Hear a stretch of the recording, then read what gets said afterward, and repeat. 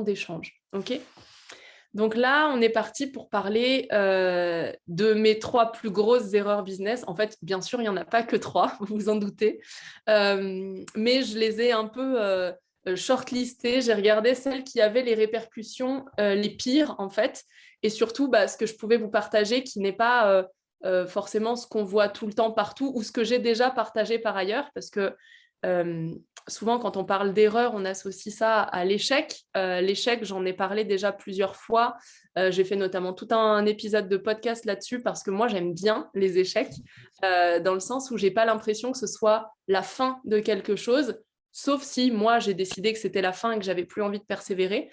Mais souvent, ce qu'on appelle échec, moi, je le vois comme des opportunités de pivoter, comme des moyens, en fait, de changer de direction, de faire le point, de se rendre compte de ce qui va, de ce qui ne va pas. Et si je me sens légitime à vous parler d'erreurs business aujourd'hui, donc pour celles qui ne me connaissent pas, je m'appelle Laurie et ça fait plus de 8 ans que j'entreprends.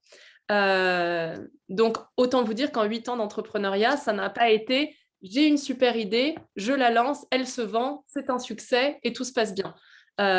C'est pas du tout le cas, évidemment. Et souvent, en fait, c'est quelque chose qui fait peur quand on a envie de se lancer. Donc, je vous demanderai là, juste après, quel est vous, votre rapport à l'entrepreneuriat. J'enlève les micros. Je vous demanderai à vous quel est votre rapport à l'entrepreneuriat, qu'est-ce que vous faites dans la vie, etc. Donc, vous me direz quelle est votre situation actuelle.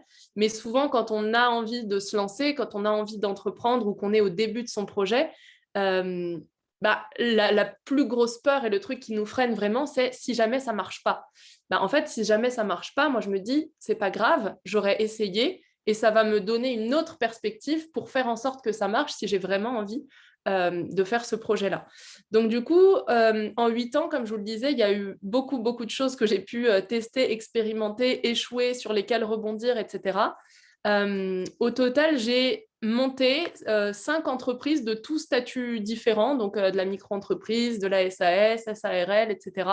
Donc j'ai à peu près testé tous les statuts possibles. Il y avait de la vente de services, de la vente de produits physiques. Donc ça n'a pas été que du coaching, hein. J'ai été dans plusieurs domaines différents. Il y a eu de l'immobilier, il y a eu de l'événementiel. Et puis là, maintenant, évidemment, il y a le coaching, il y a eu aussi de la communication, etc. Donc, vraiment, c'est pas un parcours lisse, mais c'est ça aujourd'hui qui fait que je peux vous partager toutes ces leçons, en fait, que j'ai retirées. Donc, j'ai mis 5 entreprises, mais au moins le double d'idées, puisqu'en fait, je crois que je suis vraiment une entrepreneur dans l'âme où j'aime avoir plein d'idées et les concrétiser, en fait, les matérialiser et pas juste rester au stade de l'idée et de « Ah tiens, si je faisais ça, ce serait super, mais je ne me lance pas. » Hop. Donc, aujourd'hui, moi, j'accompagne mes clients à travers du coaching, comme je vous le disais, à trouver une idée qui soit alignée avec eux. Et ça, c'est quelque chose qui est hyper important pour moi, j'imagine pour vous aussi. Généralement, quand on se lance dans l'entrepreneuriat, c'est pas pour faire des choses qu'on n'aime pas, ou en tout cas pas 100% de choses qu'on n'aime pas. Bien sûr, il y a plein de petites tâches qui arrivent et qui sont pas celles qu'on préfère. Par exemple, la compta ou l'administratif, généralement, c'est pas trop notre tasse de thé. Pourtant, ça fait partie de la casquette chef d'entreprise, donc ok, on la met, mais c'est pas l'essentiel de notre activité. Faut pas oublier qu'on entreprend quand même pour prendre du plaisir à la base, pour se sentir souvent plus libre des contraintes qu'on peut ressentir dans le salariat, etc.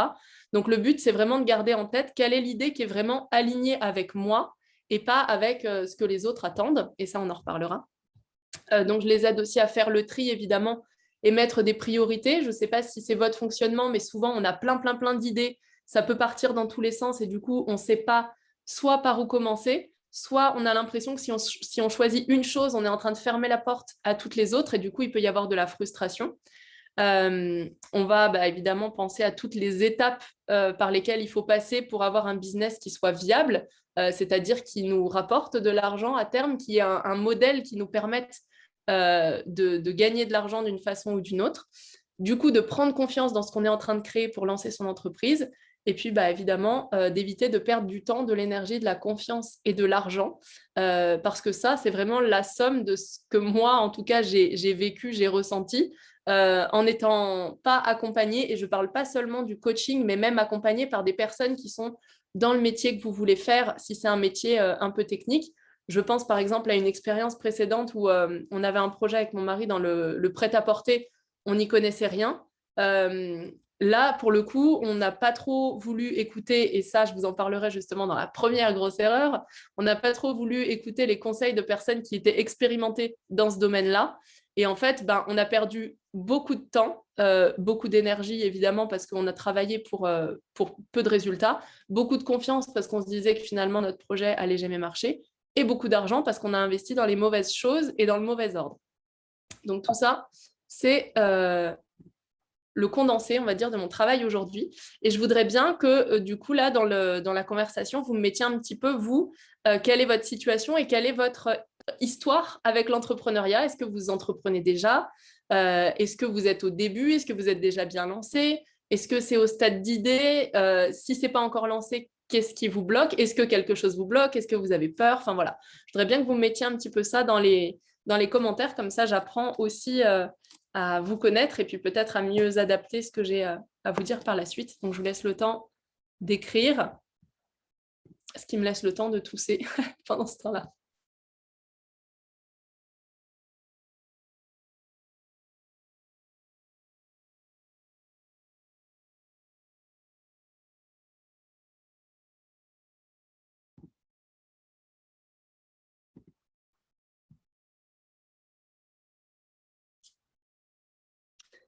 Donc, Marie qui nous dit « Lancé en 2020 en dev perso, je me réoriente en coaching business à partir de maintenant. » Bravo. Donc, c'est une suite peut-être logique du coup pour toi, c'est chouette. Je laisse le temps aux autres d'écrire et puis de toute façon, on pourra y revenir au fur et à mesure puisque j'ai la fenêtre à côté de moi.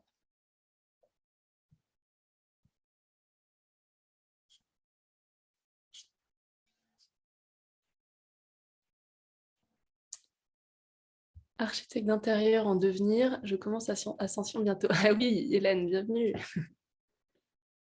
Alors Léa, je suis auto-entrepreneuse sur les réseaux sociaux, j'avance petit à petit alors que j'ai des grands objectifs car c'est quelque chose que j'aime faire, mais je pense que le manque d'organisation me manque. Ah oui, l'organisation, quand on est, quand on est entrepreneur, c'est souvent le nerf de la guerre, hein. C'est vrai, on peut avoir vite tendance à se disperser et du coup avoir la sensation que ça n'avance pas forcément ou pas aussi vite qu'on voudrait, et ce qui peut faire perdre la motivation sur le long terme. Alors Jennifer, je suis en train de mettre en place ma stratégie marketing. Mon projet est de vendre des programmes en dev perso. Je suis coach en dev perso et praticienne PNL. Super. Christine, je suis au début, je me fais accompagner individuellement pour préciser mes envies. J'envisage l'ascension dans un second temps. Très bien de le faire aussi dans cet ordre-là, en effet, de d'abord être au clair avec ce qui te correspond, ce que tu as vraiment envie de faire, pour après te lancer. On a souvent l'impression que c'est quelque chose qui nous freine alors qu'on voudrait tout de suite du résultat. Et en fait, ça nous fait gagner beaucoup de temps à long terme plutôt que de se dire, par exemple, bon, vite, il faut que je trouve une idée. Ok, j'ai vu cette formation, elle est pas mal, j'y vais. Et puis, en fait, j'ai fait la formation, je me rends compte que c'est pas tout à fait ce qui me fait plaisir. Et puis, retour à la case départ. C'est pas grave, mais juste, ça fait souvent perdre du temps là où on pensait en gagner. Assistante de direction, maman solo de 4 enfants, bravo. Je souhaite le laisser en tant qu'indépendante dans le prêt-à-porter. Ok. J'ai fait du bénévolat en association pendant de nombreuses années avant de lancer en 2014. 7 ans donc. Ah ben voilà, toi aussi, tu es, une ancienne. 200, je gagnais 200 à 300 euros par mois dans les débuts. Ça décollait un peu, puis j'ai déménagé et depuis, je ne fais que quelques ateliers par-ci par-là. Ok, donc en formation, et là, tu souhaites te donner les moyens de développer ton entreprise. Eh ben, génial. Bienvenue ici. Alors, freelance en web marketing, tu réorientes ton projet grâce à Deep. Bah, super, Julie. Je reprends mes études pour me lancer dans le consulting santé bien-être d'ici 1 an. J'ai beaucoup d'idées pour la suite. Trop sûrement, je dois faire le tri. Ouais, ça rejoint ce que je disais tout à l'heure. Auto-entrepreneuse en design graphique, création de papeterie, l'impression d'être éparpillée. On revient sur l'histoire d'organisation. Je ne sais pas où est ma priorité et comment mieux communiquer et me faire connaître. Je suis actuellement en thérapie pour travailler sur mon hypersensibilité. Ok, super. Parfait. Bon, bah, bienvenue à toutes. Ça me fait plaisir du coup de connaître un petit peu mieux les histoires qu'il y a derrière. Euh, Audrey, presque prête à te lancer en sophrologue. J'ai peur de me confronter à mon perfectionnisme et d'y passer mes nuits et mes journées. Ok. Euh, Depuis 2017, plein de tests, dropshipping, blogging, MLM, freelance, etc. Mais l'envie d'accompagner me trotte dans la tête depuis 2019. Voilà où je mets mon focus. Eh ben, génial. Du coup, ça, c'est une idée mûrement réfléchie. Trop bien.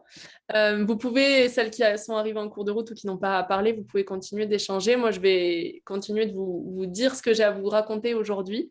Et puis, de toute façon, je lirai les histoires que vous me racontez plus tard.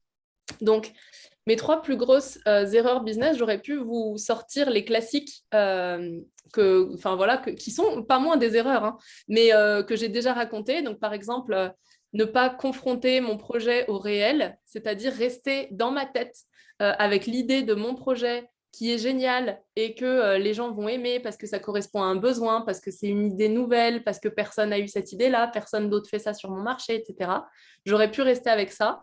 Le problème, c'est que quand on reste avec notre idée dans notre tête et qu'on ne va pas la confronter avec la réalité, c'est-à-dire les besoins de notre cible, bah en fait, on a une chance sur 2 que la cible comprenne bien et soit prête à acheter parce qu'on a bien identifié la problématique, et une chance sur 2 qu'on passe à côté ou qu'on n'arrive pas bien à faire comprendre le bénéfice de notre offre, de notre produit ou de notre service, et que du coup, ça ne se vende pas et qu'il faille recommencer. Donc, c'est pas grave, en fait, si ça marche pas quand vous lancez. Le but n'est pas que les choses marchent du premier coup, mais simplement, c'est à vous et votre mindset, votre état d'esprit à ce sujet-là, de vous demander, est-ce que c'est un point final pour moi si quand je le lance, ça marche pas? Ou est-ce que je me dis, OK, bah, je l'ai lancé, ça marche pas, qu'est-ce qui n'a pas marché? Et je retravaille dessus, je retravaille sur les différents points.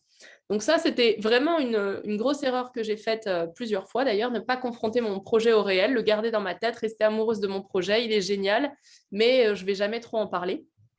Rester derrière mes peurs aussi, puisque vous savez que quand on n'a pas peur, c'est qu'on est dans une zone qu'on connaît bien, qu'on a l'impression de maîtriser aussi. Et du coup, pour moi, la peur, j'aime souvent dire que c'est un bon indicateur. Ça veut dire que vous êtes en train de passer, vous êtes en train d'agrandir votre cercle petit à petit et d'aller au-delà des limites que vous connaissiez déjà. Et c'est souvent là que se trouvent les résultats qu'on a envie d'obtenir. C'est souvent là qu'il y a nos objectifs.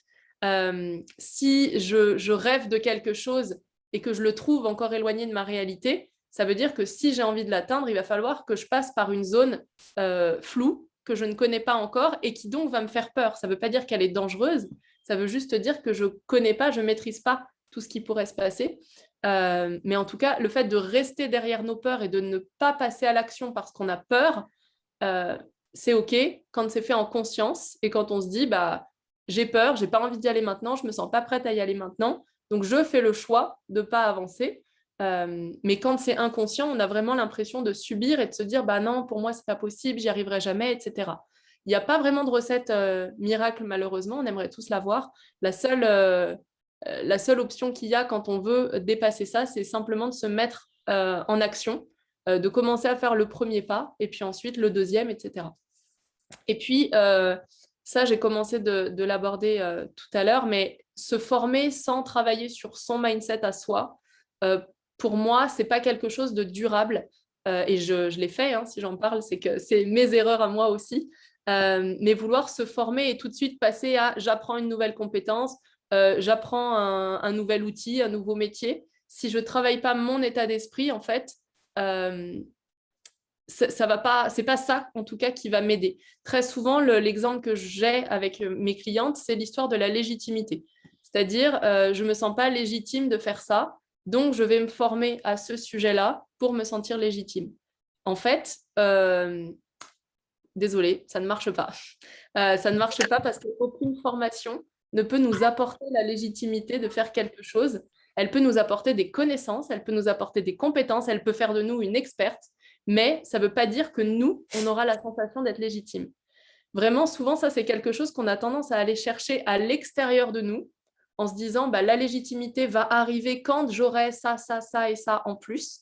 Alors qu'en réalité, la légitimité, c'est une autorisation que nous, on se donne à l'intérieur de nous. Donc, tout ça, c'est des erreurs dont j'aurais pu vous parler. mais dont je ne vais pas vous parler aujourd'hui, puisque c'est celle que j'ai déjà abordée plusieurs fois et que je n'avais pas envie de vous faire un recyclage de ce que j'ai déjà dit par ailleurs. Donc, les 3 plus grosses erreurs qu'on va évoquer aujourd'hui, c'est celle-ci, et je vais rentrer dans le détail. La première, c'est de laisser mon ego décider pour moi. La deuxième, c'est de donner trop d'importance aux autres.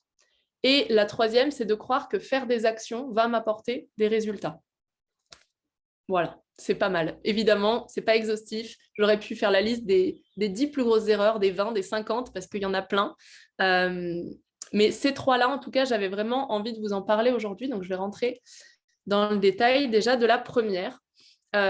Laisser mon ego décider, j'entends plusieurs choses derrière ça. Déjà, c'est rester derrière des certitudes, alors qui sont fausses, mais qui sont douloureuses à admettre, en tout cas. C'est quand on a la sensation de se dire, non, mais moi, je sais faire ça. J'ai déjà ces connaissances-là. Ça, je le sais déjà. Je n'ai pas besoin de l'apprendre.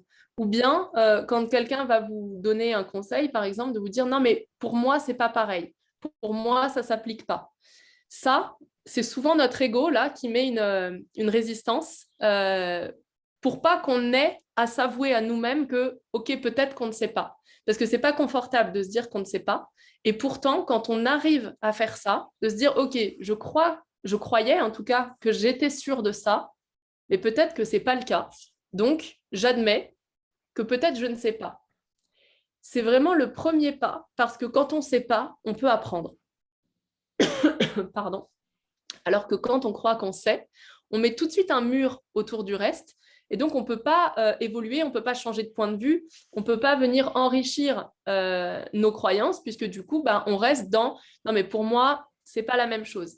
Et ça, je plaide coupable, hein, j'avais vraiment ce truc-là, en particulier, et du coup, ça rejoint le point juste après, qui est que croire que se faire aider, quelle que soit l'aide reçue, encore une fois, que ce soit par le coaching ou par un expert du secteur dans lequel vous vous lancez, croire que se faire aider, c'est un aveu de faiblesse. Ça, c'est pas forcément au niveau très, très conscient, mais quand on gratte un petit peu, souvent on retrouve cette croyance-là de se dire « Non, mais j'ai pas besoin d'aide, moi, ça va. Je sais que j'ai déjà tout en moi, j'ai déjà toutes les connaissances, je me suis déjà formée sur telle et telle chose, donc moi, ça va, je sais, je vais y aller. Et là, juste si j'y vais pas, c'est parce que j'ai décidé de ne pas y aller encore. » Là, ce qui est intéressant, c'est d'aller détricoter un petit peu ce truc-là pour se rendre compte si est-ce que c'est vraiment parce que j'ai tout en moi et j'ai décidé pleinement en toute conscience de ne pas le faire, ou est-ce que me faire croire que j'ai décidé de ne pas me mettre en action, c'est pas une espèce d'excuse assez confortable pour pas me rendre compte qu'en fait, j'ai peur ou je ne sais pas par où commencer ou j'ai besoin d'aide. Le fait de dire j'ai besoin d'aide ou j'ai envie de me faire aider, tout simplement, on peut très bien choisir de se faire guider, pas forcément par besoin, mais par envie. Moi, par exemple, c'est mon cas, donc je suis coach, mais je me fais coacher aussi et ça me paraît indispensable. Et aujourd'hui, je ne choisis pas les personnes qui m'accompagnent par besoin, où je me dis j'ai besoin d'elles pour aller à cet endroit-là, mais je me dis j'ai envie d'être dans son énergie, j'ai envie d'être entourée par son parcours, ce qu'elle a à partager pour me guider pour la suite. Donc, on n'est pas obligé de choisir quelqu'un par besoin, mais ça peut être par envie. Et surtout, se faire aider n'est évidemment pas un aveu de faiblesse. Regardez les plus grosses boîtes, les plus gros patrons, patronnes des sociétés, ils se font tous aider. Même les sportifs ont des coachs. Enfin, c'est absolument pas un aveu de faiblesse, sauf quand il y a cette résistance de l'ego. Et souvent, on l'observe. En tout cas, moi, je l'observe comme ça quand les personnes me disent « Ah oui, ça a l'air bien, mais je vais d'abord essayer seule. » Il y a un peu ce côté, je dois d'abord me prouver, est-ce que je suis capable de le faire seule ou pas? Et donc, il y a un peu cette lutte de l'ego qui vient essayer de montrer que mais non, mais c'est bon, toi, tu n'as pas besoin d'aide, toi, tu sais déjà, tu es plus forte, etc. C'est pas forcément cool à admettre, hein, je l'avoue. Et puis la troisième pour cette première erreur-là de laisser l'ego décider, c'est avoir tendance à croire qu'il faut être un génie pour pouvoir entreprendre ou qu'il faut avoir l'idée du siècle pour que ça marche. Ça, je l'observe par exemple quand mes clientes me disent bon, bah, ça va, là, j'ai une idée et je pense que c'est bon, ça peut marcher parce que de toute façon, il n'y a personne qui fait ça. Souvent, il y a un peu ce côté, si j'ai l'exclusivité sur une idée, alors ça peut marcher. À contrario de, s'il y a beaucoup de personnes qui font déjà ça, bah, moi, j'ai rien à apporter de plus. Donc là, ça va directement toucher à la valeur qu'on s'accorde, à la connaissance de soi aussi, évidemment, puisque si on ne connaît pas ses dons, ses talents, son super pouvoir à soi, bah forcément, on peut ne pas voir quelle est sa place et qu'est-ce qu'on a à apporter de mieux ou de plus, ou de différent en tout cas. Mais concrètement, pour pouvoir entreprendre et avoir une idée qui marche, il n'y a absolument pas besoin d'avoir une idée nouvelle qui n'a jamais été abordée avant. Et il n'y a pas besoin d'être un génie. Vous avez simplement besoin de passer à l'action, regarder ce qui marche pas, enlever ce qui marche pas et capitaliser sur ce qui marche. C'est tout. Vous n'avez pas besoin d'avoir de talent ou de dons particuliers. Il y a parfois des personnes qui disent l'entrepreneuriat, c'est pas pour moi, je suis pas assez en fait, je suis pas assez créative, je suis pas assez capable, je suis pas assez machin. Vous avez rien besoin d'être de plus que ce que vous êtes déjà. L'entrepreneuriat peut ne pas être fait pour vous, ça c'est clair, c'est plus en termes de ressenti, de comment est-ce que vous vous sentez à l'idée d'entreprendre, est-ce que vous vous sentez bloqué entre guillemets dans le salariat et du coup vous avez envie d'entreprendre pour ça. Enfin, vous pouvez ne pas vous sentir faite pour l'entrepreneuriat dans son fonctionnement et ça c'est ok, mais vous n'avez pas besoin d'avoir des talents spécifiques pour pouvoir entreprendre. C'est vraiment ça que je voudrais vous dire. Vous avez juste besoin d'appliquer ce qui fonctionne. Vous regardez sur votre marché qui fait quoi et qui fait comment, pour qui ça marche, bah, qu'est-ce qu'ils font et comment est-ce que je peux l'adapter à ce que je fais moi. Et je fais le tri entre mes idées, ce que j'ai mis en place. Il y a vraiment l'idée de passage à l'action qui est hyper importante quand on entreprend. Parce que si vous ne passez pas à l'action, ça reste juste des belles idées. Mais vous avez beau avoir l'idée du siècle dans votre tête, si vous n'êtes pas passé à l'action et que quelqu'un est passé à l'action, bah, c'est pour lui que ça va fonctionner forcément, puisque c'est ça qui est visible. Donc le passage à l'action, c'est hyper important. Et après, bah, toutes nos actions ne peuvent pas être à 100% gagnantes, encore moins du premier coup. C'est pas grave, on observe, on prend du recul et on se dit ça a marché, ça a moins marché. Là, j'ai pris beaucoup de plaisir, là, pas trop, je sens que je l'ai fait plutôt pour une autre raison. Et après, vous faites le tri, vous capitalisez sur ce qui fonctionne. Donc ça, c'était pour la première erreur de laisser l'ego, le mental, prendre nos décisions. La deuxième grosse erreur qui est de donner trop d'importance aux autres, peut-être qu'elle en concerne plusieurs ici parce que c'est quelque chose qui revient très, très, très souvent chez mes clientes. Premier stade, on va dire, de cette erreur-là, c'est demander l'avis de tout le monde et l'écouter surtout, parce qu'à la limite, demander l'avis, si après vous savez filtrer et retenir des choses, en enlever d'autres, ça va. Mais si vous demandez l'avis de tout le monde et que vous l'écoutez, vous pouvez être complètement perdu. Dans le sens où si vous avez une idée que vous avez envie de lancer et que vous en parlez à vos parents, à vos conjointes, vos conjoints, à vos grands-parents, à vos copines, à vos collègues, tout le monde va avoir un avis différent. Et si vous donnez trop de crédit à ces avis-là, vous allez même plus savoir si c'est une bonne idée ou une mauvaise idée, s'il faut vous lancer ou pas vous lancer, et si ça va marcher ou pas. Tout simplement parce que ces personnes-là, à part être dans votre cercle de proches, de personnes que vous connaissez, elles n'ont rien à voir avec votre projet. Toutes les personnes à qui vous avez demandé un avis ne sont pas forcément vos futurs clients idéaux. Et là, ce qu'il faut garder en tête, c'est que le seul avis qui compte, c'est celui de votre cible. C'est celui des personnes à qui vous allez pouvoir vendre votre produit ou votre service, parce que sinon, tout le monde peut vous donner son avis, ça c'est OK, mais si vous tenez compte de l'avis de tout le monde, vous allez même plus savoir dans quelle direction aller, alors qu'au final, le seul vrai avis qui compte, c'est celui des personnes qui vont être prêtes à sortir leur carte pour pouvoir acheter votre produit ou votre service. Si on vous dit « Ah ouais, ton truc, c'est génial », mais que la personne n'est pas du tout dans votre cible, ça peut même vous mettre du coup sur une fausse piste parce que du coup, les gens vont être parfois influencés par les sentiments qu'ils ont pour vous. Ils vous aiment, ils ont envie de vous soutenir, de vous encourager. Et du coup, ils vous disent « Ah ouais, c'est super, tu devrais trop faire ça, ça va marcher, etc. » Mais concrètement, tout ça, c'est gentil et ça part d'une bonne intention. mais ça ne veut rien dire. Ça ne veut pas dire que la personne derrière va acheter ce que vous faites.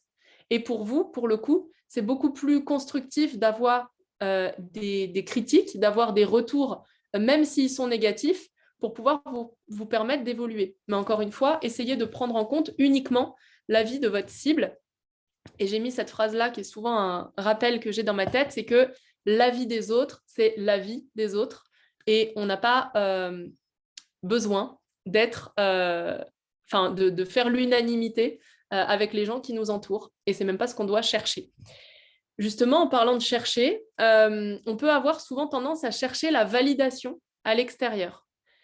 C'est-à-dire qu'on peut avoir la fâcheuse tendance à se dire « Bon, bah, j'ai pensé à ça, je vais aller l'expliquer à quelqu'un pour voir si tu trouves que c'est une bonne idée, tu trouves que j'ai raison de faire ça. » En fait, on va aller chercher l'approbation de quelqu'un pour qu'on puisse se dire nous-mêmes « Ah oui, ok, c'est bon, j'ai raison d'y croire et je peux y aller. » Là, le vrai travail, c'est d'apprendre à vous faire confiance et d'apprendre à vous apporter à vous-même la validation dont vous avez besoin. Vous n'avez pas besoin que quelqu'un d'extérieur, même si c'est vos proches, même si c'est des personnes que vous aimez très fort, vous n'avez pas besoin qui comprennent et qui valident ce que vous êtes en train de faire. Ça leur appartient de comprendre ou pas. Ils peuvent ne rien comprendre, ils peuvent rejeter l'idée en bloc, ils peuvent être dans le flou et pas savoir où vous allez. Ça leur appartient. Mais vous n'avez pas besoin de leur validation pour pouvoir passer à l'action. Par contre, vous avez besoin de vous l'apporter à vous. Est-ce que vous trouvez que c'est une bonne idée? Est-ce que vous trouvez qu'il y a un potentiel, etc. Et puis, du coup, dans la continuité de tout ça, c'est l'erreur de laisser les autres décider à votre place. Et ça, c'est une erreur qui est assez fréquente où on a l'impression que, on lance un projet, on se lance dans l'entrepreneuriat. Et puis après, une fois qu'on est lancé, on se laisse un peu guider par ce qui nous arrive. Et donc, j'ai tendance à attirer tel type de clients. Ok, c'est pas vraiment ce que j'avais imaginé, mais pourquoi pas? Et du coup, je travaille avec eux. Ou alors, je fais un sondage, par exemple, pour aller confronter mon idée au réel, justement. Et je me rends compte que la plupart des gens me disent qu'ils veulent un accompagnement en individuel, alors que moi, j'avais envie de faire un accompagnement de groupe. Donc, je me dis, ah, ok, c'est ça qu'ils veulent. Bon, du coup, je vais faire de l'individuel. Ça, c'est une erreur que je vois très, très souvent. Et pourquoi c'est une erreur? Parce que je reviens à ce que je vous disais précédemment. On entreprend pour prendre du plaisir dans ce qu'on fait. On entreprend pour se sentir bien, pour que ce soit, bien sûr, essentiellement du kiff. Alors, évidemment, il y a des petits moments où c'est moins du kiff. On parlait de compta, d'administratif, etc., qui font partie des petites tâches annexes et qui ne sont pas votre cœur de métier, donc qui ne doivent pas prendre l'essentiel de votre temps. D'ailleurs, on parlait d'organisation à un moment donné. Gardez en tête que la majorité des actions que vous faites doivent correspondre à ce que vous recevez en majorité comme résultat. C'est-à-dire que si vous êtes coach, vous devez passer la majorité de votre temps à coacher et pas à faire autre chose à côté, puisque c'est par ce coaching-là que vous avez votre chiffre d'affaires et vos résultats, votre visibilité, etc. Fin de la parenthèse organisation, productivité. Laissez les autres décider pour vous. En fait, c'est le meilleur moyen de vous désaligner. C'est-à-dire que vous donnez à quelqu'un d'autre le leadership de votre vie, de votre entreprise, et vous les laissez décider à votre place de qui vous allez accompagner, comment vous allez les accompagner, à qui vous allez vendre ce produit ou ce service. Et du coup, petit à petit, vous êtes entraîné dans cette boucle-là. Ah, je vais enlever.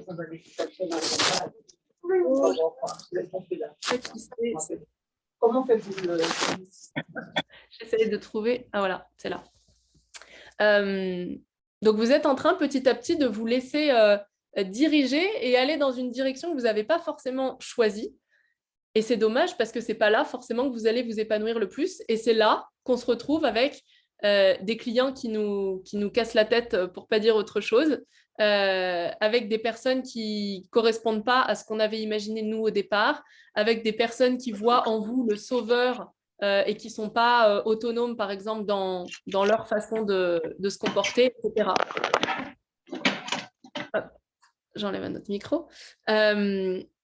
Et pareil, j'ai mis cet exemple de individuel ou groupe parce que c'est quelque chose qui revient assez souvent chez les personnes qui veulent faire de l'accompagnement.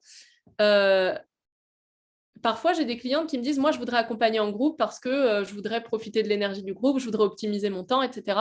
Mais quand je fais un sondage et quand je demande, la majorité des gens répondent que c'est en individuel. Donc, du coup, elle se sent obligée de proposer de l'individuel alors que ce n'était pas ce qui lui donnait envie.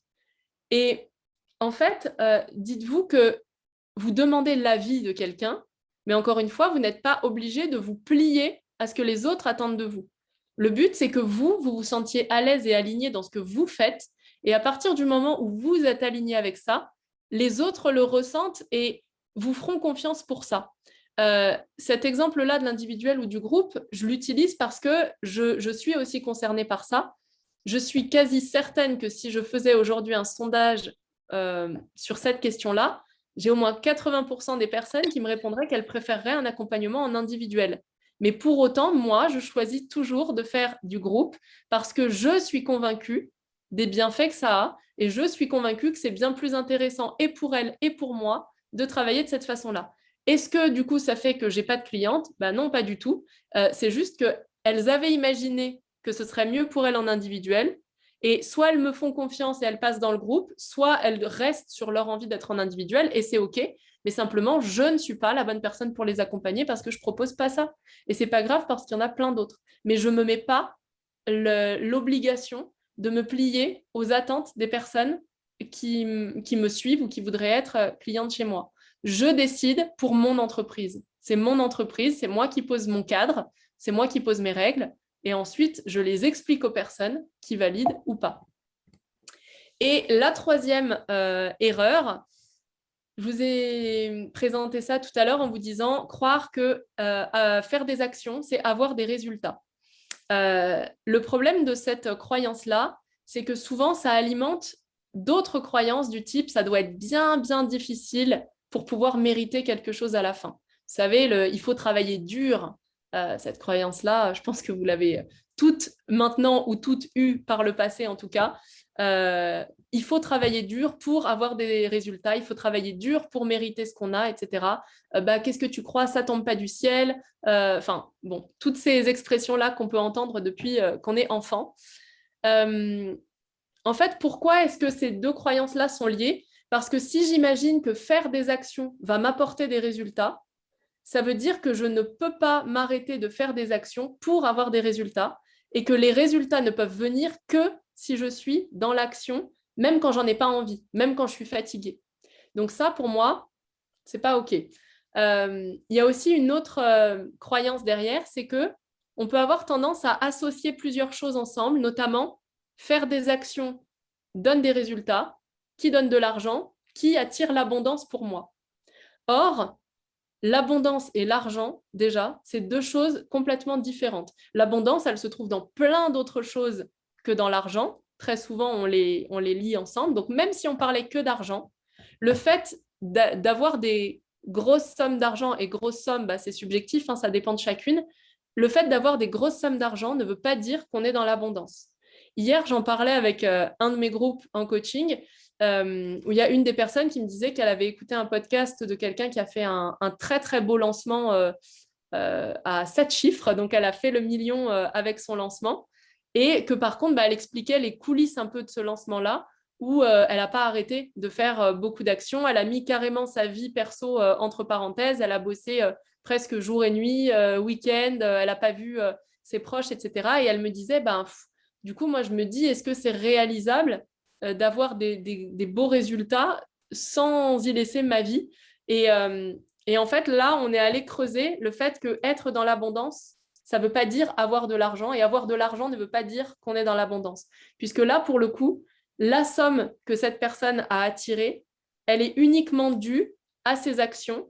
Et elle s'est carrément mise entre parenthèses. Elle a mis entre parenthèses sa vie perso, son bien-être, son sommeil, etc., sa santé aussi, pour pouvoir attirer cette somme d'argent. Donc, ça n'a rien à voir avec l'abondance.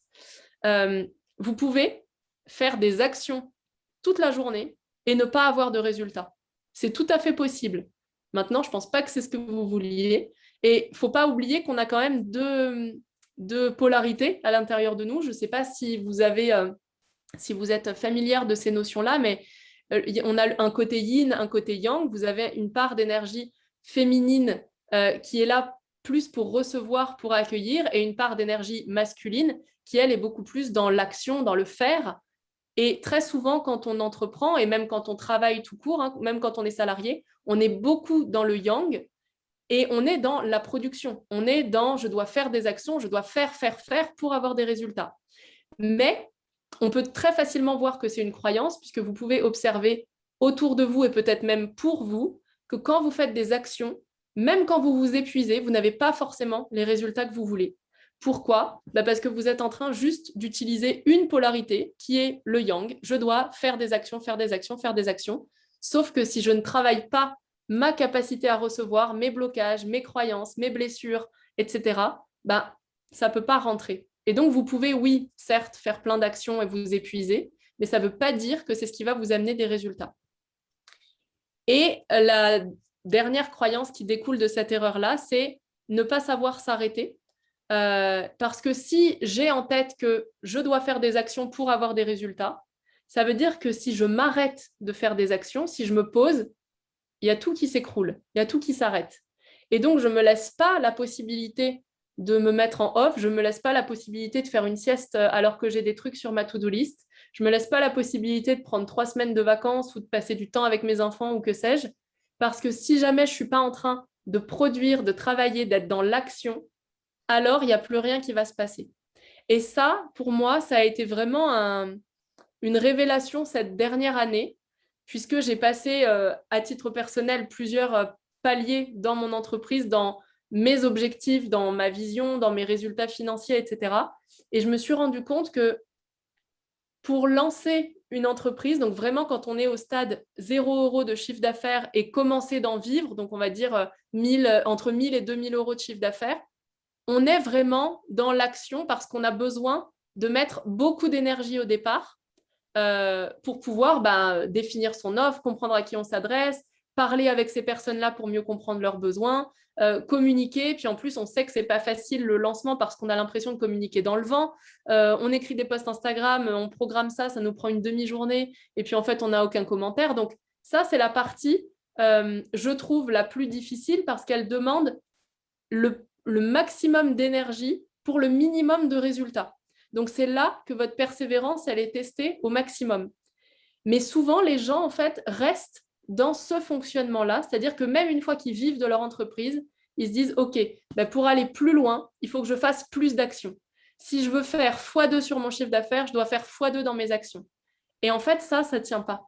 Ça ne tient pas parce que vous allez vous épuiser déjà et parce que pour accompagner la croissance d'une entreprise, ce n'est pas du tout la même posture qu'on doit avoir que pour la lancer. Sinon, vous vous rendez bien compte qu'à un moment donné, on peut pas suivre techniquement, humainement, ce n'est pas possible. Moi, en 1 an et demi, mon chiffre d'affaires a fait x100. Vous vous doutez bien que je n'ai pas fait 100 fois plus d'actions chaque jour pour ça. C'est vraiment une histoire d'état d'esprit. Et là, il y a davantage la part de yin qui rentre en jeu, pour le coup, pour revenir à ce que je disais tout à l'heure. Au démarrage, on a besoin de fournir l'impulsion très forte pour y aller. Et après, on a besoin d'accompagner et d'être beaucoup plus dans la douceur, finalement, et accepter la fluidité. Et souvent, ça, c'est quelque chose qui coince parce qu'on a l'impression que ça devient trop facile et donc, on est en train de rater quelque chose. Si c'est aussi facile que ça, c'est que je ne dois pas faire ça bien comme il faut. Donc, je vais me rajouter de la complexité. Je vais me dire que non, ça ne peut pas être aussi simple que ça. Il faudrait que je fasse un tunnel de vente un peu plus complexe. Il faudrait que je me rajoute des choses que je n'aime pas trop faire, histoire de compenser un petit peu la sensation que, mince, j'ai rien à faire et ça fonctionne. C'est quand même drôlement bizarre. Donc, prendre ce virage-là, c'est assez particulier. Mais dites-vous, en tout cas, si pour celles qui sont au tout début de l'entreprise ou qui vont être au tout début parce qu'elles décident de se lancer, la quantité d'énergie que vous allez dépenser au départ et qui est nécessaire, là, vraiment, ça va travailler votre persévérance et votre foi profonde dans ce que vous avez envie de faire, mais ce ne sera pas toujours comme ça. Et plus vous allez avancer, plus ça deviendra facile et il faut accepter aussi cette facilité et cette fluidité. OK. Donc, j'ai fini avec ces 3 erreurs-là et je vous ai mis ce petit rappel-là. C'est que ce n'est pas de cette façon-là qu'on fait grandir sa boîte. Mais par contre, c'est comme ça qu'on finit en burn-out. Si on est tout le temps en train de se dire, je dois faire plus d'actions pour avoir plus de résultats, je ne dois pas lâcher parce que sinon, mon entreprise s'écroule et ne donne plus rien, bah, je m'épuise, moi, en tant que personne. Et bah, forcément, si moi, en tant que personne, je m'épuise, mon entreprise, après, va plus tenir debout. Mais ce qui est important, c'est de ne pas s'oublier derrière la création d'entreprise aussi. Et je sais qu'au début, on a tendance à fusionner. On a tendance à se dire, mon projet, c'est moi. Et je suis mon projet. Et du coup, on est une entité ensemble. Et donc, je ne vais faire que ça. Je vais tout mon temps, même mon temps libre, je vais le passer dans mon entreprise à développer ça. Et ça peut être parfois sournois. Parce que moi, j'avais la sensation que ce n'était pas le cas. Que je développais mon entreprise, certes, mais que moi, je savais encore prendre du plaisir juste pour moi en tant que personne. Et en fait, je me suis rendu compte que c'était bien plus complexe que ça, puisque même dans les activités qui me faisaient du bien à moi, bah, en fait, j'étais toujours en train de le faire pour découvrir une nouvelle leçon que j'allais pouvoir mettre à l'intérieur de mon entreprise, découvrir un nouveau concept, avoir une nouvelle idée, apprendre une nouvelle pratique que j'allais pouvoir utiliser dans mon entreprise. Donc, en fait, si on m'enlevait mon entreprise, j'avais plus rien pour moi, juste moi en tant que personne. Donc, vraiment garder ce conseil aussi de ne pas vous oublier et de lâcher cette vieille croyance qui sert à rien, que ça doit être dur et que si vous arrêtez d'être dans l'action, alors il ne se passe plus rien. Ça, c'est pas vrai. Vous avez besoin de mettre des actions en place. Évidemment, les choses ne viennent pas parce que vous êtes dans votre canapé à faire un tableau de visualisation en vous demandant, en commandant à l'univers ce que vous avez envie. Ça demande évidemment de faire des actions. Mais gardez en tête que vous avez une double polarité. Il y a d'un côté les actions, mais il y a d'un autre aussi votre capacité à recevoir les choses. Et ça, vous pouvez déjà lui donner un peu une note, entre guillemets, vous pouvez aller la regarder, rien qu'en observant votre capacité à recevoir les compliments, à recevoir de l'amour des gens, etc. Est-ce que c'est facile pour vous? Est-ce que vous vous sentez obligé de rendre ça? Est-ce que quand on vous offre un cadeau, vous ressentez tout le plaisir que ça vous procure et vous êtes juste capable d'apprécier ça et de dire merci? Ou est-ce que vous vous dites, oh là là, mais quelle naze, moi, quand c'était son anniversaire, je n'y ai même pas pensé, ou alors pour son anniversaire, il faudra que je mette la barre aussi haute, etc. Regardez quand vous recevez les choses sans parler uniquement d'argent, dans quel état d'esprit vous êtes, et ça vous donnera déjà un baromètre de tout ça. Du coup, je veux bien que dans les commentaires, vous me mettiez un peu quelles erreurs vous faites. Est-ce qu'il y en a que vous faites ou que vous avez faites parmi celles que j'ai évoquées? Est-ce qu'il y en a d'autres que je n'ai pas évoquées et qui vous semblent maintenant énormes? Du coup, je veux bien lire tout ça. Et en même temps, je regarde les commentaires. Qu'est-ce que le mindset? Oui, c'est l'état d'esprit, Christine. C'est vraiment l'état d'esprit dans lequel tu es pour faire les choses et qui contrôle, enfin, pas qui contrôle, qui définit bien plus que nos actions, dans le sens où nos actions elles-mêmes sont conditionnées par notre état d'esprit. Si je sais pas, moi, j'ouvre mon entreprise avec l'état d'esprit et les pensées qui me disent de toute façon, ça va être compliqué, il y a tellement de personnes qui font déjà ça, j'ai rien à apporter de plus. On m'a dit à la chambre de commerce que ça prendrait au moins 3 ans avant que ça marche, etc. Si mon état d'esprit est tourné autour de ces pensées-là, il y a de fortes chances que mes actions et mes résultats viennent valider tout ça, puisque du coup, je ne mettrai pas le même niveau d'action si je pars avec ces pensées que si je me dis tout est possible, il n'y a pas de limite, j'ai quelque chose d'unique à apporter et je ne lâcherai pas tant que je n'aurai pas eu les résultats que je veux. On imagine bien que les actions ne sont pas les mêmes et donc forcément, les résultats ne sont pas les mêmes non plus. Alors, Maïra, gardez le projet dans ma tête. Mais ça, du coup, c'est bien parce que toi, comme tu es dans un groupe de coaching, on va pouvoir le faire sortir. Je passe mon temps à me former et me former encore. Jennifer, là, ce qu'il faudrait voir, c'est pourquoi. Est-ce que c'est par plaisir ou est-ce que c'est par sentiment de manque, qui te manque quelque chose et tant que tu n'es pas formé à ça, ça ne pourra pas marcher, ou bien par recherche de la légitimité, par exemple. Trop me former aussi. Mon erreur, ne pas respecter mes limites, souvent arranger mes clients et accepter toutes les opportunités. Ça, c'est une erreur qui est quand même assez fréquente. Et Mais j'espère que là, du coup, tu vois à quel point c'est plus clair que quand tu laisses les autres décider pour toi, en fait, c'est comme si tu avais décidé d'ouvrir ton entreprise, mais en même temps, tu laissais les autres en faire ce qu'ils veulent. Tu vois, c'est pas vraiment toi qui mets ce que tu as envie dedans. Et du coup, bah, c'est pas ce qui va te rendre heureuse parce que tu vas attirer des clients qui te ressemblent pas. Tu vas attirer des clients qui veulent que ce soit moins cher, qui vont te demander des prix au rabais. Tu vas attirer des missions qui te plaisent pas plus que ça, mais dans lesquelles tu vas te sentir obligé de le faire, etc. Puis après, c'est un peu un cercle vicieux parce que ce que toi, tu vas vibrer, dégager en pensant à ton travail, à ton entreprise, ça va être un peu oh, j'ai pas trop envie de faire ça, encore ce client, encore ce projet. Et du coup, enfin, tu vois, tu n'es pas dans la boucle géniale, quoi. Donc, j'imagine peut-être qu'il y a la peur derrière de, ouais, mais si c'est moi qui impose mes règles, alors, ben, je vais peut-être passer à côté de ces clients-là. Mais en même temps, dis-toi que quand tu fais la place, quand tu nettoies la partie que tu veux plus, tu fais aussi la place pour attirer ce que toi, tu veux vraiment. Et ça, ce sera beaucoup, beaucoup plus nourrissant pour toi, plus valorisant pour ce que tu fais et plus facile aussi parce que du coup, tu auras des clients qui te ressemblent vraiment et avec qui ce sera beaucoup plus fluide. Être éparpillé, commencer les choses sans aller au bout. Bah là, il y a quand même une question qui me brûle les lèvres depuis qu'on a commencé. Je ne sais pas si certaines parmi vous connaissent le Human Design ou pas. Il y a un type en particulier qui est le Manifesting Generator qui a besoin d'avoir plusieurs projets à la fois. Donc, si c'est votre cas, s'il y en a ici qui connaissent leur type, vous avez besoin d'avoir plusieurs projets en même temps et ça, c'est sain, c'est bon pour vous. Si je vous dis juste, vous prenez un truc et vous effacez tout le reste, ça va vous frustrer, ça va pas vous faire du bien. Maintenant, le but, c'est pas de s'éparpiller. Le but, c'est d'avoir en tête le gros projet, là où on va mettre 60% de son énergie, de son temps, de ses actions, et d'avoir des plus petits projets qui gravitent autour pour pas se frustrer. Mais le fait d'avoir plusieurs projets, c'est pas handicapant pour le coup. Par contre, ce qui peut l'être, c'est commencer plein de choses et ne pas aller au bout.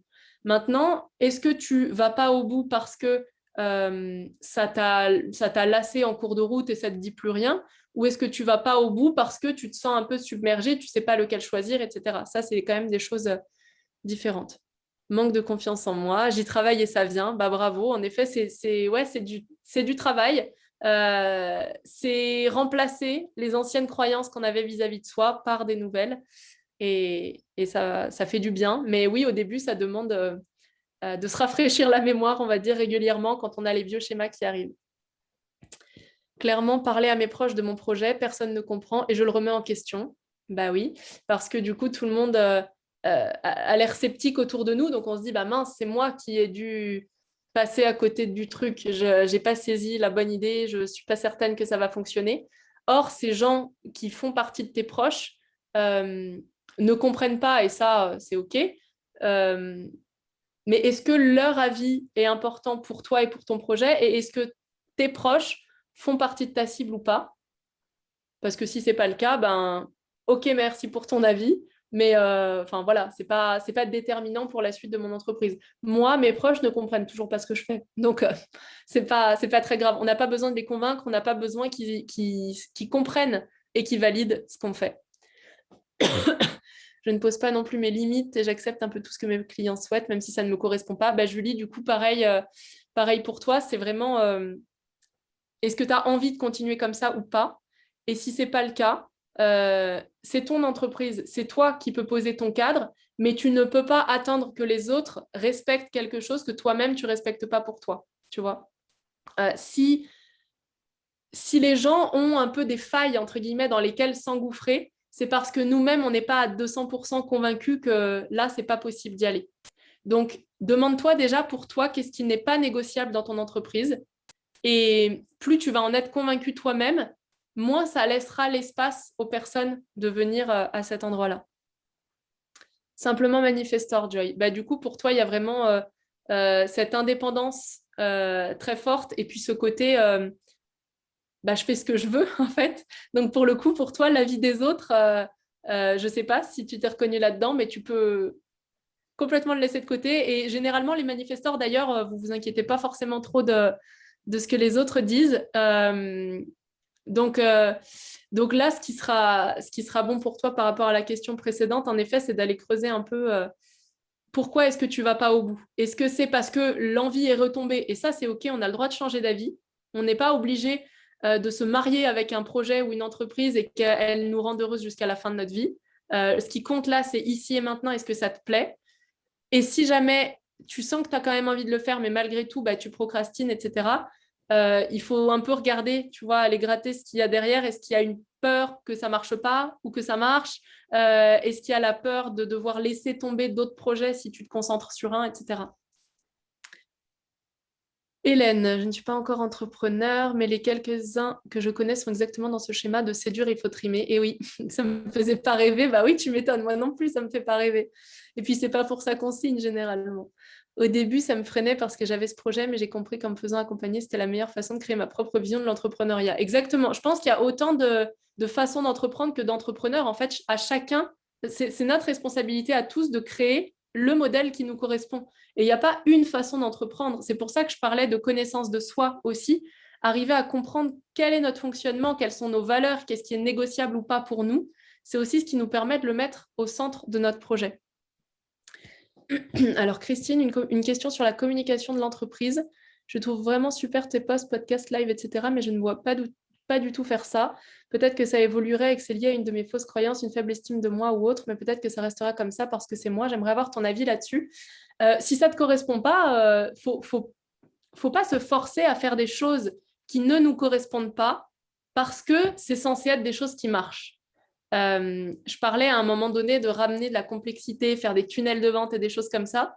Souvent, on a l'impression qu'on est obligé de faire ça parce que c'est ce qui a l'air de marcher pour les autres, mais ce n'est pas ce qui nous plaît. En réalité, quand on fait des choses qui ne nous plaisent pas, on n'est pas en train de vibrer quelque chose de positif et on n'est pas en train d'attirer à nous les bonnes personnes ou les bonnes opportunités. Maintenant, tu parles de fausses croyances et tu donnes l'exemple de la faible estime de soi.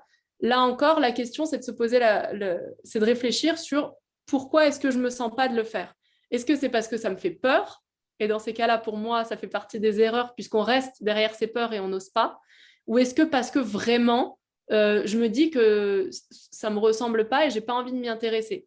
Mais dans ces cas-là, il faudra que tu trouves ta façon à toi de te rendre visible, qui peut ne pas passer par des lives ou par des photos de toi, qui peut passer par autre chose.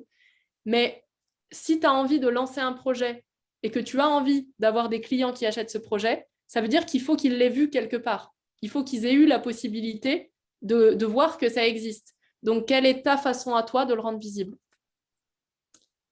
Je ne vais pas au bout parce que je finis par douter que ce que j'apporte puisse être réellement utile. Ça, du coup, c'est intéressant. Est-ce que tu es déjà passé à l'action? Enfin, est-ce que du coup, là, tu es déjà sorti de ta tête pour aller regarder vraiment est-ce que c'est utile aux gens ou pas? Regarder aussi au niveau des personnes à qui tu t'adresses, est-ce que la cible est bien définie? Et est-ce que tu es allé communiquer avec cette cible-là pour bien comprendre ses problématiques, ses objectifs, ses besoins et comment est-ce que tu pourrais l'aider à résoudre ça? Mais en effet, il faut que toi, d'abord, tu sois convaincu que c'est utile. Il faut que toi, d'abord, en fait, ce que tu as envie de faire, ça te fasse vibrer à tel point que tu aies envie d'en parler à tout le monde parce que tu sais que ça va être quelque chose de bon. Étant seule avec mes enfants, je suis un peu paralysée par la peur, personne pour m'épauler et ma famille a tendance à me dire qu'il faut absolument que je garde mon emploi, bien que je ne le supporte plus au point de me rendre malade. Ça, là, qu'est-ce que ça m'ennuie les proches qui projettent en fait sur nous leur peur, c'est leur propre peur à eux, qui projettent tellement fort sur nous qu'ils le prennent comme une vérité générale. Et en fait, je trouve ça tellement, tellement dommage parce que toi, tu as déjà conscience que ce travail, tu le supportes plus. Donc en fait, quelle est l'ouverture vers l'avenir là? Quelle est la possibilité? C'est que tu gardes ce travail et quoi? Et qu'est-ce qui se passe?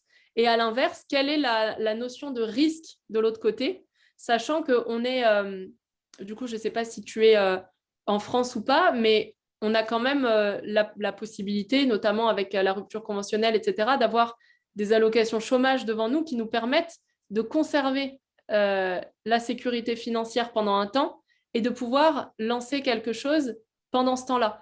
Donc, la notion de risque, ouais, tu travailles à Paris. Donc, la notion de risque, elle est assez limitée quand on peut faire ça. Et quand on ne peut pas, parce que parfois, on ne peut pas faire de rupture conventionnelle, etc. Ou alors on croit, et ça aussi, il faut aller le regarder, on croit qu'on ne peut pas faire de rupture conventionnelle parce que les gens n'accepteront pas. Tu peux regarder aussi si tu peux le lancer en side project, tu vois, à côté de ton travail. Comment est-ce que tu peux déjà lancer une version test de ce que tu as envie de faire? Comment est-ce que tu peux déjà commencer de travailler là-dessus, rassembler peut-être une communauté autour du projet? Je ne sais pas quel est le projet en question, si c'est du produit ou du service. Donc oui, bien sûr, ça demande de l'énergie. Ça, je l'ai fait pendant un temps pour ma première société où je travaillais à temps plein et à côté, je lançais mon premier projet. Alors oui, c'est clair que ça demande de l'énergie. Et la question, du coup, c'est à quel point ce projet-là te fait vibrer pour que tu puisses trouver l'énergie de le faire dans un premier temps, soit en parallèle de ton travail, si tu ne peux pas avoir une rupture conventionnelle, par exemple, qui te donnerait des droits chômage, ou alors, est-ce que simplement tu ne peux pas voir comment négocier une rupture conventionnelle, assurer ton minimum de sécurité financière au début et te laisser du coup l'esprit tranquille pour développer ton projet.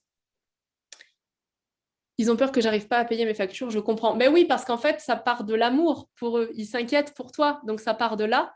Mais simplement, il faut se rappeler aussi que c'est des croyances qui leur appartiennent à eux et peut-être qu'eux-mêmes n'ont pas osé sortir d'une situation confortable, qui en fait n'est pas si confortable que ça, parce que sinon on ne voudrait pas en sortir.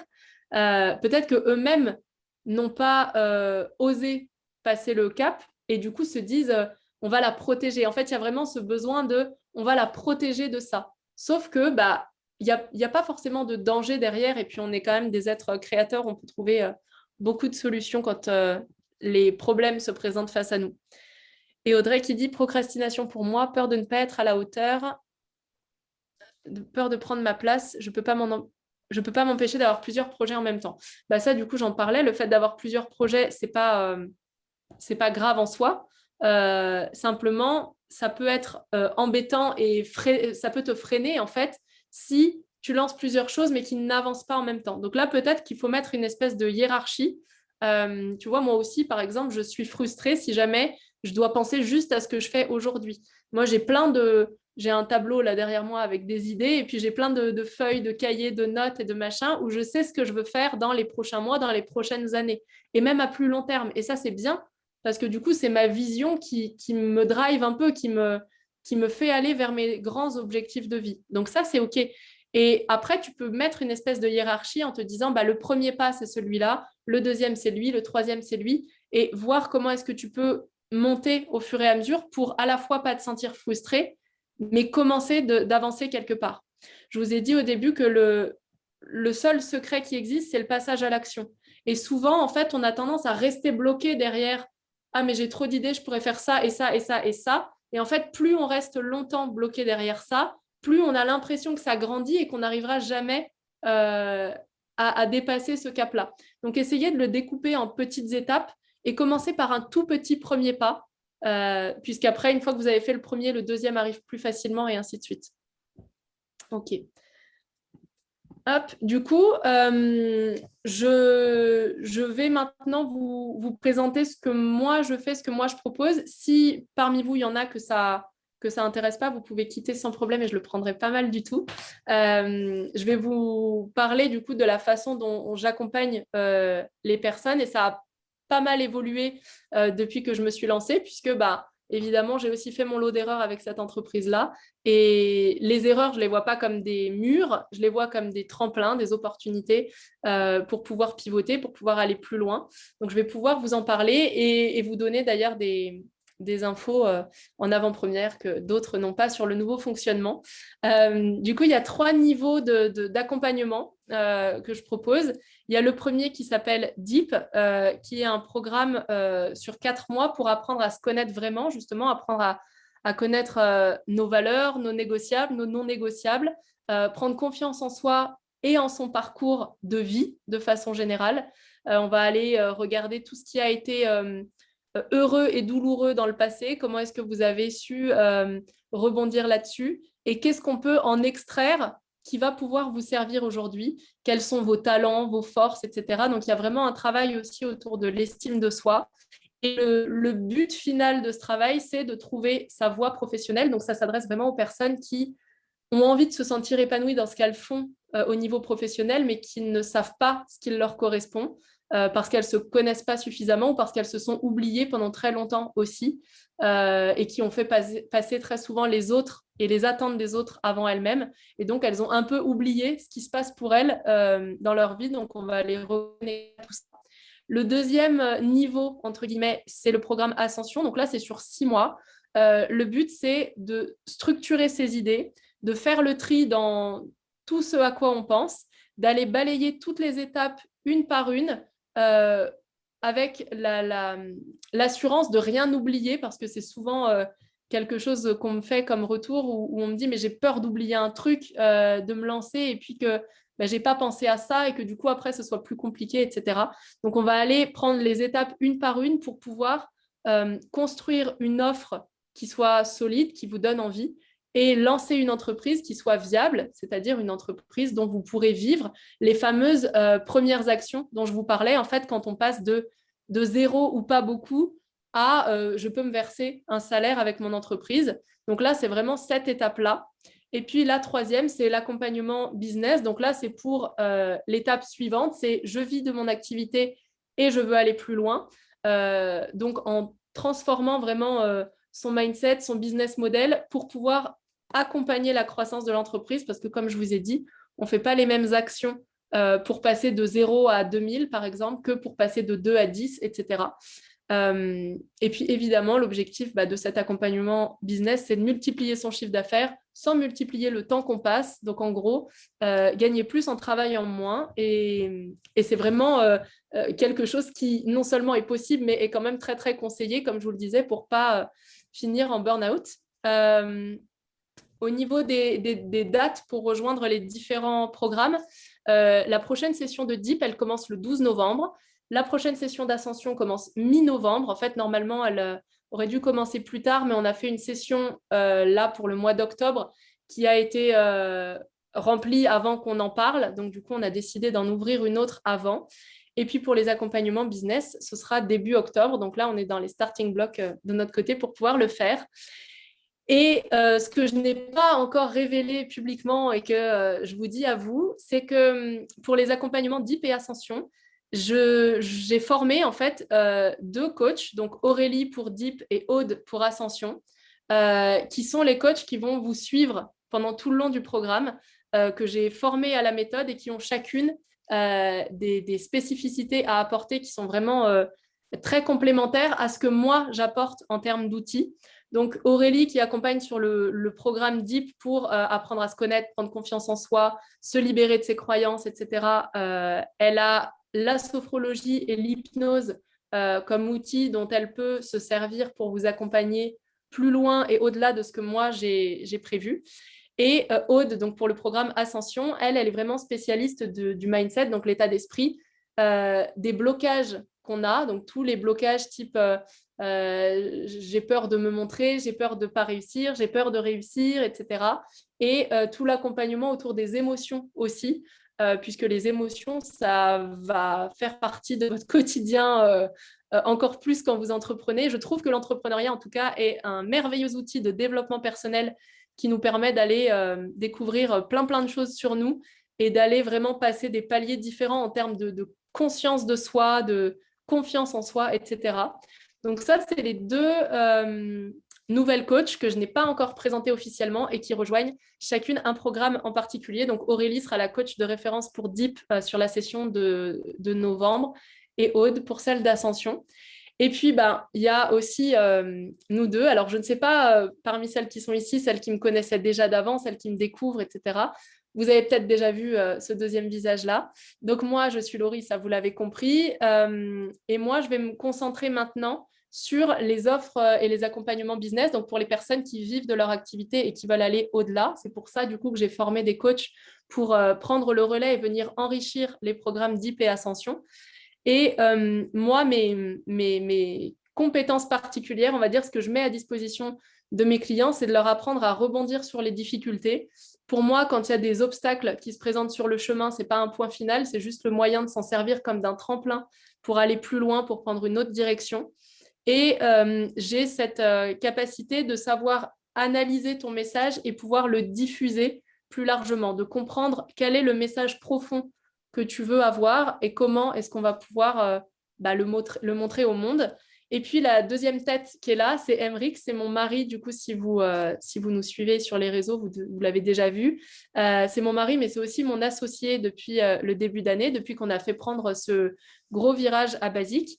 Et lui était beaucoup dans le derrière de la scène jusqu'à présent. Il était beaucoup dans la compta et l'administratif. Je vous donnais les exemples que moi-même, j'aime pas trop et du coup, je lui ai refourgué tout ça.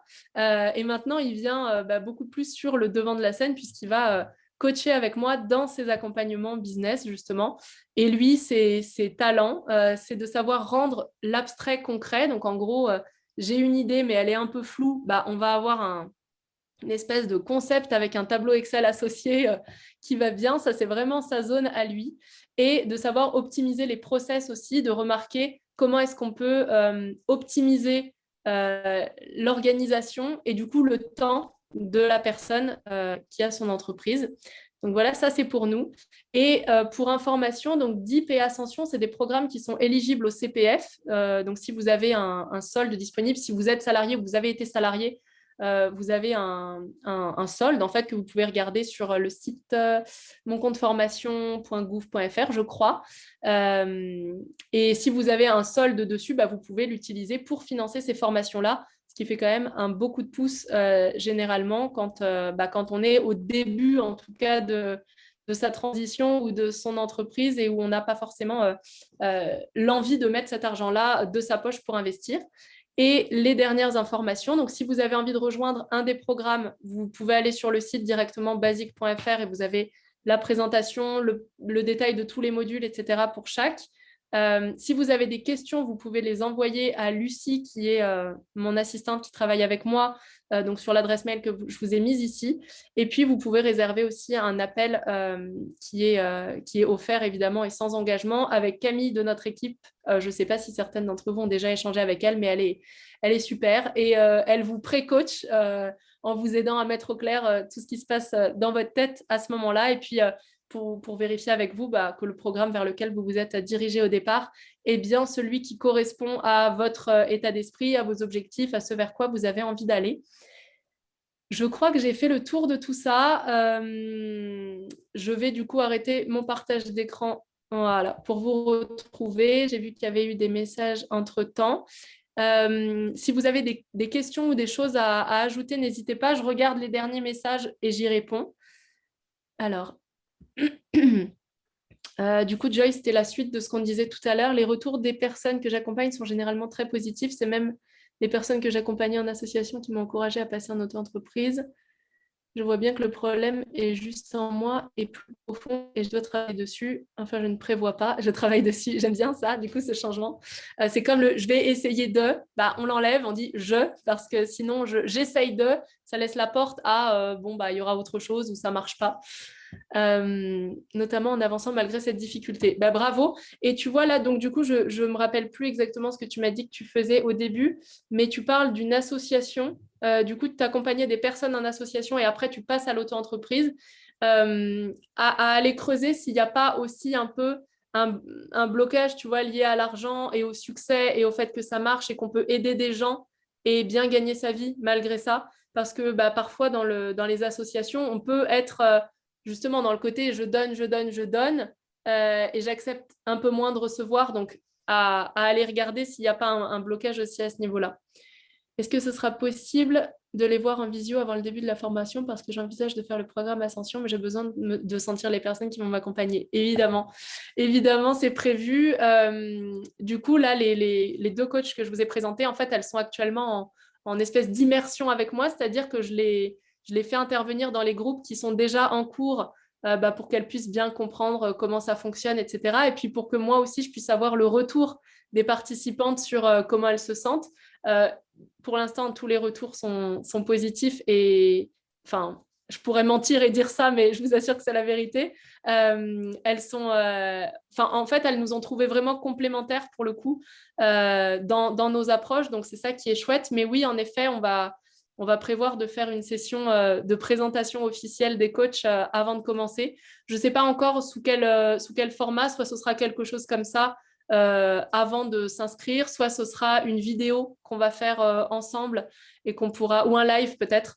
Il y a une des coachs notamment que je rencontre dans 2 semaines et du coup, avec elle, on fera un live. Donc, vous pourrez poser des questions si vous voulez. Mais oui, je suis d'accord que c'est important d'avoir le feeling avec la personne qui va nous accompagner. Donc oui, bien sûr, il y aura une vidéo en tout cas qui sera possible pour leur poser les questions, etc. Bah, du coup, je ne vois pas de questions supplémentaires, donc j'imagine que c'est bon pour vous.